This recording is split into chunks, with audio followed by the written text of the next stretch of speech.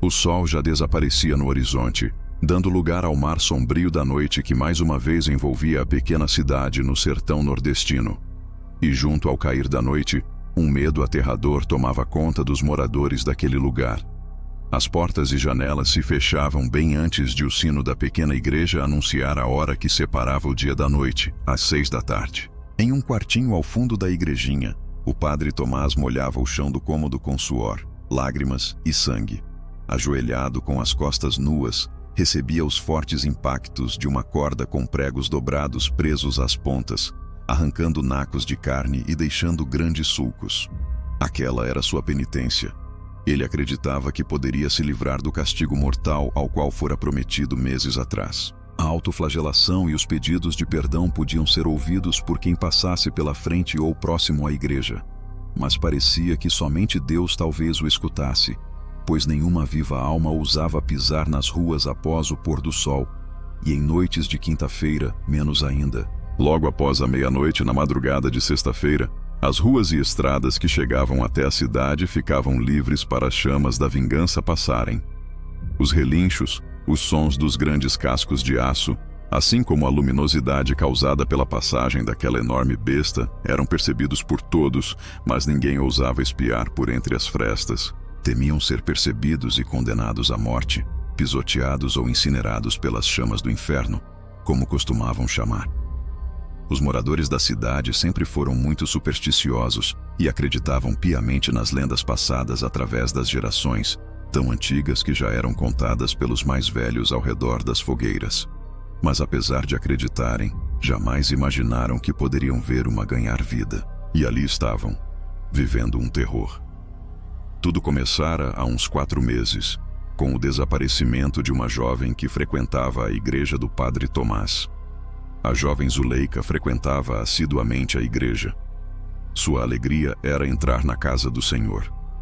E apesar de sua devoção, lutava com muita força contra uma ardência que lhe queimava o peito, um desejo proibido. Seus olhos brilhavam intensamente quando viam o padre Tomás, e com ele não era diferente.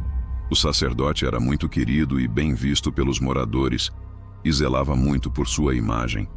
Temia que descobrissem a paixão que sentia pela jovem. Porém, algumas pessoas já haviam percebido. Ele já havia tentado com todas as forças sair daquela situação, mas essas coisas parecem areia movediça. Quanto mais se tenta escapar, mais se é sugado.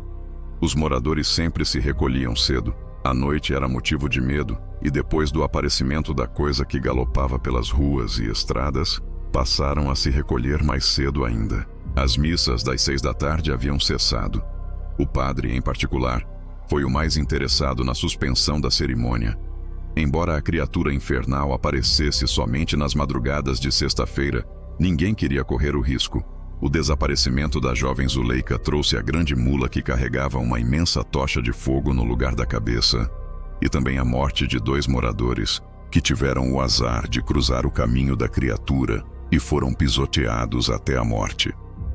Apesar dos acontecimentos apontarem para a antiga lenda da mula sem cabeça, a maioria estava em estado de negação.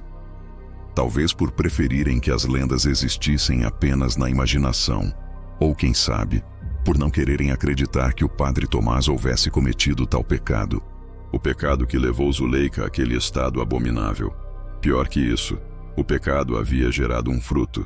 A consumação ocorreu em uma noite, após a missa das 6. Quando todos se retiraram, Zuleika, ocultando-se dos olhares dos fiéis, seguiu rumo ao quartinho onde o padre dormia. E lá o esperou.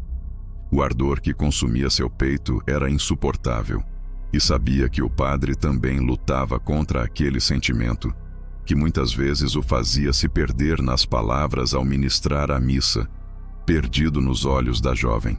Naquela noite foi inevitável. Eles renderam-se às chamas do prazer. Padre Tomás até tentou resistir, mas quando se deram conta, estavam envolvidos um no outro. Não havia mais volta. Dali para frente, os encontros tornaram-se mais frequentes. Ela dormia com ele no quartinho e saía antes das 5 da manhã para não ser vista. Mesmo que se sentissem culpados, principalmente o padre, era difícil resistir. Ele vivia dividido. Desejava muito Zuleika, mas precisava preservar sua imagem perante a cidade. Se soubessem, seria o fim. Pouco antes da meia-noite. "Me perdoe", falou, transformando o abraço em um mata-leão mortal. Zuleika acordou e tentou falar, mas as palavras foram sufocadas pela forte pressão em sua garganta. Debatia-se até seu corpo não responder mais.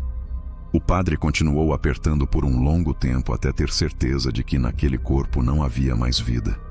Seu problema estava resolvido, ou assim pensava. Pouco tempo depois, percebeu um grande clarão dentro do quartinho e o som de cascos contra o piso. Antes que chegasse à porta, esta foi abaixo, e uma grande mula, de um preto reluzente, com uma imensa tocha de fogo no lugar da cabeça, saiu em disparada e sumiu na escuridão da noite.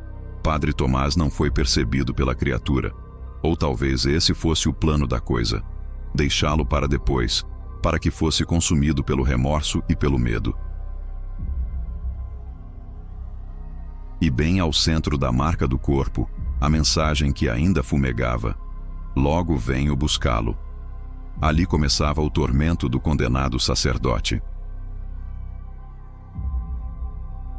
O desejo do padre agora era que a promessa feita pela coisa fosse cumprida. Ele dizia, quase suplicando, caído no chão: "Venha logo." E ali acabou adormecendo, tomado pelo cansaço. A madrugada chegou, e com ela, a grande mula sem cabeça. Diferente das outras noites, percorreu todas as ruas da cidade, iluminando cada beco com sua tocha infernal, até chegar à igreja. O padre iniciou um Pai Nosso fervoroso, mas foi interrompido. A porta do quartinho, mais uma vez, foi abaixo. Ao amanhecer, encontraram o corpo do padre Tomás fumegando no chão do quartinho.